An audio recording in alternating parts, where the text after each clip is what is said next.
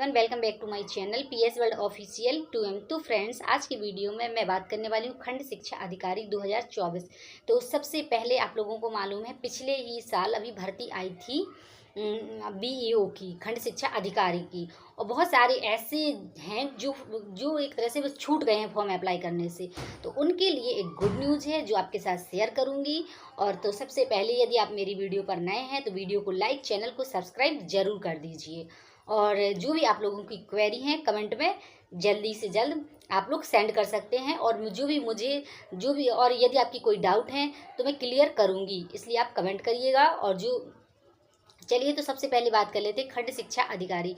यदि आप form apply करना चाहते हैं तो आपके लिए बेसिक जानकारी होना ज़रूरी है, या कह सकते हैं बेसिक इन्फॉर्मेशन होना ज़रूरी है। तो सबसे पहले नोटिफिकेशन, योग्यता, आयु, चयन प्रक्रिया और कुछ नए बदलाव हैं, इसके बारे में भी हम बात करेंगे। तो वीडियो पर बने रहिए, स्टेप बाय स्टेप मैं सारी इन्फॉर्मेशन आपको दूंगी।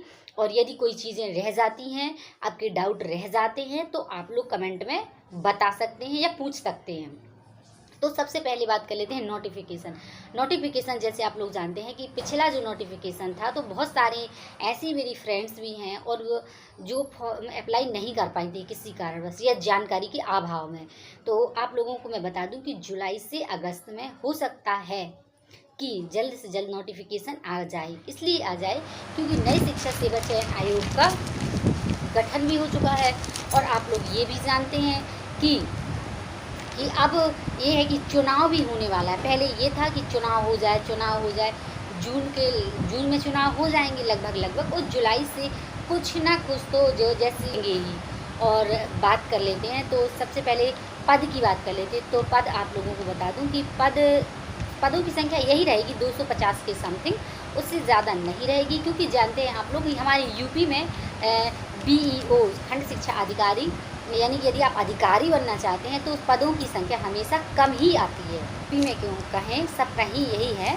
और अब नोटिफिकेशन की तो बात हम कर चुके हैं, अब बात कर लेते हैं योग्यता की। तो योग्यता आपका होना चाहिए बीएड और स्नातक, यानी कि आपका ग्रेजुएशन प्लस आपका बीएड कंप्लीट होना चाहिए। और आयु की बात कर लेते हैं तो आयु आपकी 21 से 40 वर्ष, 21 से 40 वर्ष जनरल वालों के लिए है। यदि आप SC, ST, OBC से बिलोंग करते हैं तो आपको कैटेगरी वाइज आप लोगों को एक तरह से उसमें आपको कुछ न कुछ छूट दी जाएगी, या कह सकते हैं एज रिलैक्सेशन दिया जाएगा आपको 4-5 साल तक का। OBC का तो नहीं, SC, ST वालों को। और उसी हिसाब से OBC वालों को 3 साल का दिया जाता है। अब बात आती है पैटर्न की कि किस बेस पर कौन सी सब्जेक्ट आते हैं और क्या हो, मतलब इसमें कितने एग्ज़ाम कराए जाएंगे। तो उसी तरीके से जिस तरह UPPCS, UPSC जो बड़े एग्ज़ाम कराए जाते हैं, उसी तरह इसका भी उसी तरीके से ही होगा। तो सबसे पहले आपका प्री होगा, फिर मेंस होगा, फिर इंटरव्यू होगा। यदि आपका प्री हो जाता है तो आपका सबसे पहला तो यही स्टेप है। क्यों आप लोग प्री में यदि आप तैयारी करेंगे तो आपका मेंस भी आसानी से हो जाएगा। आसानी से क्यों कहूँगी, यदि प्री निकल जाएगा तो फिर आप लोगों के अंदर और एनर्जी हो जाएगी, और फिर मेंस भी हो जाएगा। और जो पहले से प्रिपरेशन कर रहे हैं उसके लिए तो बहुत अच्छी न्यूज़ है। जो नए हैं उनको मेहनत ज़्यादा करनी पड़ेगी, उनको ये है कि उन नए जुनून के साथ भी वो आते हैं। तो बस यही था कि मैं आप लोगों को इन्फॉर्म कर दूं कि ये वैकेंसी आने वाली है, और मैंने पेपर में पढ़ा है, इस वजह से मैं आप लोगों के साथ शेयर कर रही हूँ। और मैं डेली न्यूज़ पढ़ती हूँ, डेली पेपर पढ़ती हूँ, इस वजह से मैं आपके साथ शेयर कर देती हूँ, जैसे आप लोगों को मालूम है।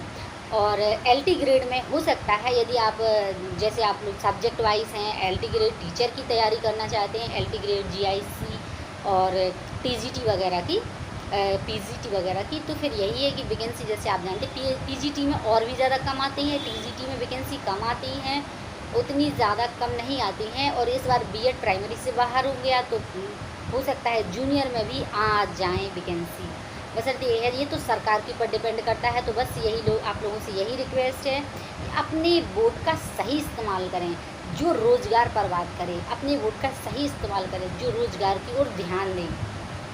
हमें ऐसी सरकार चाहिए, ऐसी सरकार नहीं चाहिए जिससे क्या लोग घर में पढ़ लिख कर बैठ जाएँ और ना कहीं पेपर लीक हो जाए, कहीं कुछ हो जाए, कहीं टाइम से रिज़ल्ट ना आए।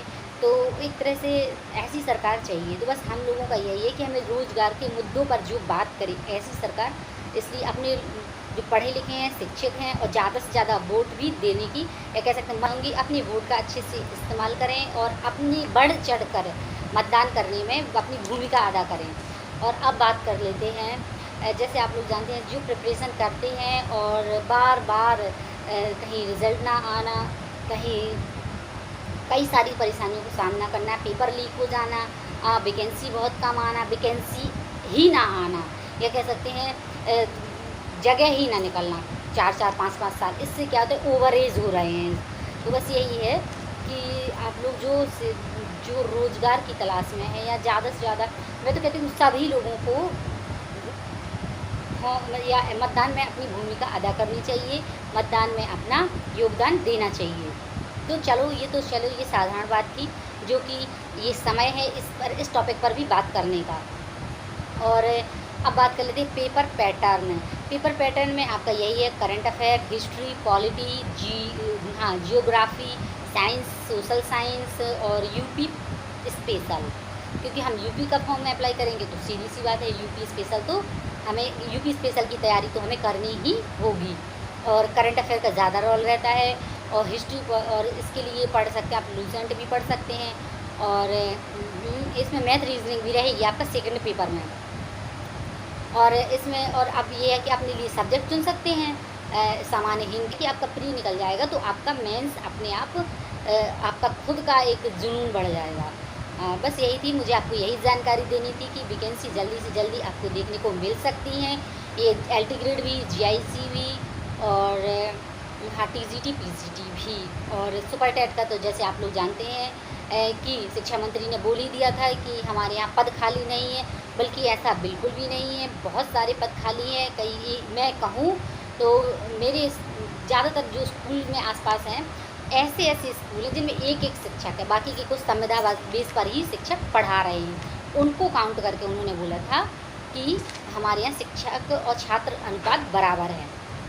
चलिए जो भी है, जो सामने रहेगा वही है। और यदि आप एग्ज़ाम की प्रिपरेशन कर रहे हैं तो बेस्ट ऑफ लक, जल्दी आप लोगों को वैकेंसी देखने को मिलेंगी। क्योंकि जून जैसे चुनाव ख़त्म हो जाएगा और जून निकल जाएगा तो कहीं ना कहीं कुछ तो होगा।